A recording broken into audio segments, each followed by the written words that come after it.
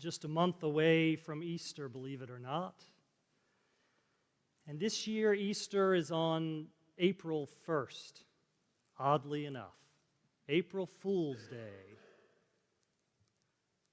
But maybe that's just how it should be, because as Paul reminds us this morning, there really is something rather foolish about the claims of Christianity. So good that Easter is on April Fool's Day. A man with all these followers who swore that he was a savior, they swore he was a savior, but who was abandoned by practically every friend he had, arrested by authorities, thrown in jail, tortured by soldiers, executed on a cross, thrown in a tomb, dead, buried, and gone. End of story. But actually, no, he's back. He's resurrected from the dead. The story is not over, say all his followers, it's just beginning. Huh? I mean, it's a little ridiculous. And it's not just ridiculous from our perspective as enlightened 21st century people who know now that people simply don't die and come back from the dead except in zombie movies. But it was actually no less foolish back then, 2,000 years ago, to most everyone who heard these followers of Jesus make this claim. Most of them said, right, or some Greek equivalent of that. In fact, it was so odd to believers themselves that they needed a highly educated Jewish Roman citizen fella from Tarsus named Paul to help them understand it, to help them get something of their minds around this utter mystery and stay faithful to this strange story that they suddenly found themselves the bearers of. Paul was articulate, verbose, intellectual, and yet, as Nick read for us this morning, there came a time in his writing and his explaining where he just had to throw up his hands and admit, I know, it's foolish. It's ridiculous what I am saying about this brutalized and crucified man being the definitive revelation of God to humankind. But there you have it. And maybe God knows something we don't. Maybe, just maybe, God's ways and God's thoughts are so far from our ways and thoughts that God's wisdom looks foolish, like foolishness. And maybe our wisdom to God is foolishness. Isn't that possible?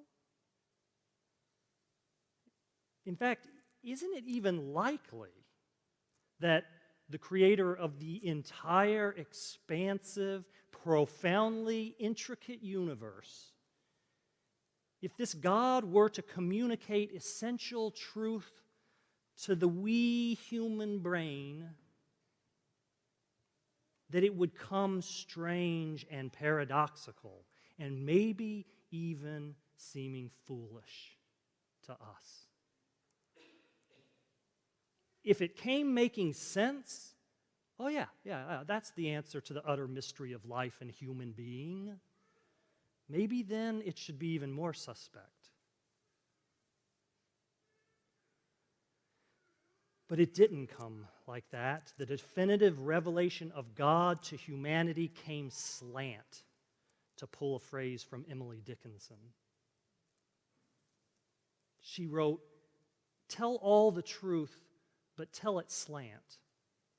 Success in circuit lies, too bright for our infirm delight. The truth's superb surprise. As lightning to the children eased with explanation kind, the truth must dazzle gradually, or every mind be blind. The truth's superb surprise. That's what the crucifixion of Jesus was. Paul says it is a stumbling block to the Jews and foolishness to the Greeks. Because you see, God in mainline Jewish theology was primarily transcendent and a God of law. Not all Jews, not all streams of Jewish thought for sure, but in mainline Jewish theology of the time, God was all transcendent and a God of law. So God comes in lowly human form, breaking Mosaic regulations and then cursed by being hung on a tree, which it says in Deuteronomy, if you're hung on a tree, you're cursed by God.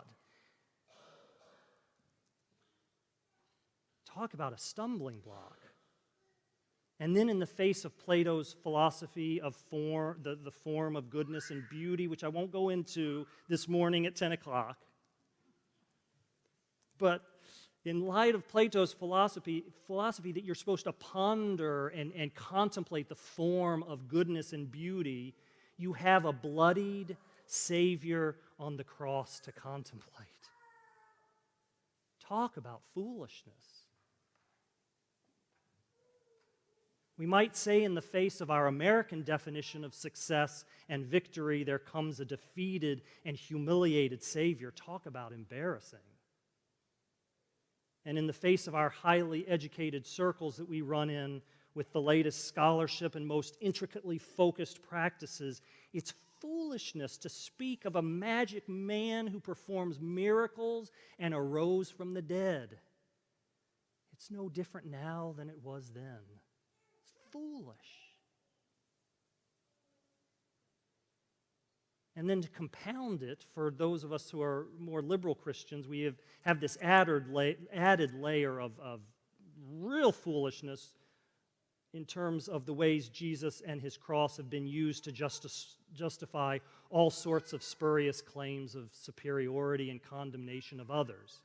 His followers at times not lifting up the downtrodden, but treading on the already downtrodden by using biblical faith to justify slavery or homophobia or warfare or whatever else. But isn't it interesting? Isn't it interesting that as defiled as his name, Ethan's a good example of messing around and foolishness, so I don't mind, by the way, Andy. He's reminding us of the whimsical nature of it all. But isn't it interesting that as defiled as Jesus' name and cross have been at times by the people who profess to be his followers, still Jesus himself remains purely himself. Isn't it true? Even the most vociferous opponents to religion and Christianity do not dismiss or condemn Jesus himself, do they? Only interpretations of him, and fair enough. Somehow we all know him as truth's superb surprise. God's telling of the truth, but told slant, so that even the most sophisticated, educated, cynical of us might fall foolishly silent before the mystery of it all. God's essential revelation to humanity, we say, comes as someone being betrayed, suffering, broken, and murdered.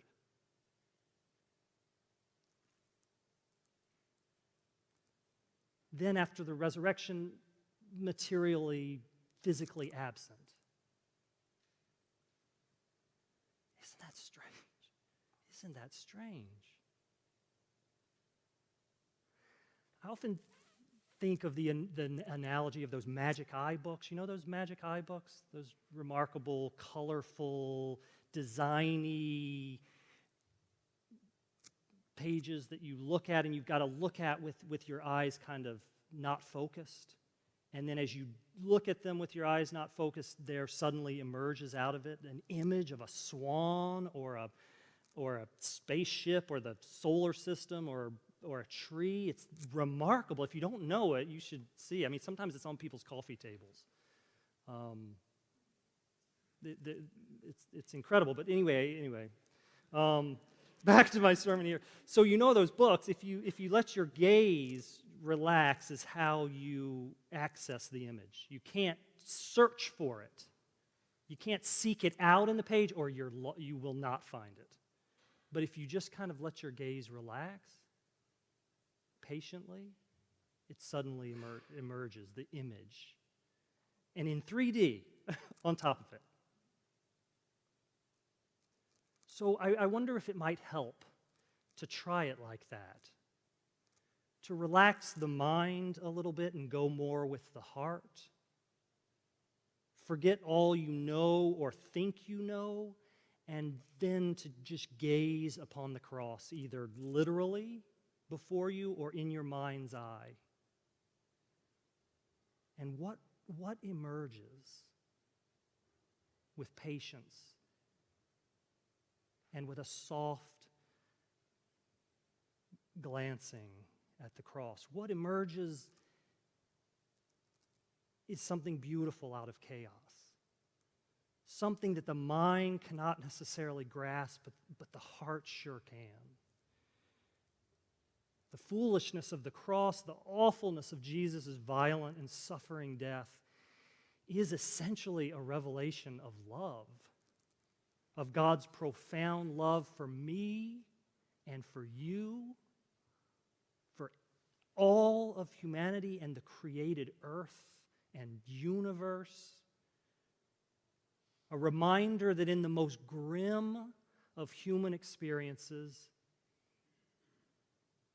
even those that have been in our national and local news over these last couple of weeks, where surfaces the question, where is God in all of this? We remember this mystery that God is the wounded. God is the broken. God is the murdered one. And in that depth weaves out of the deepest human misery somehow beauty and light and love again and again and again.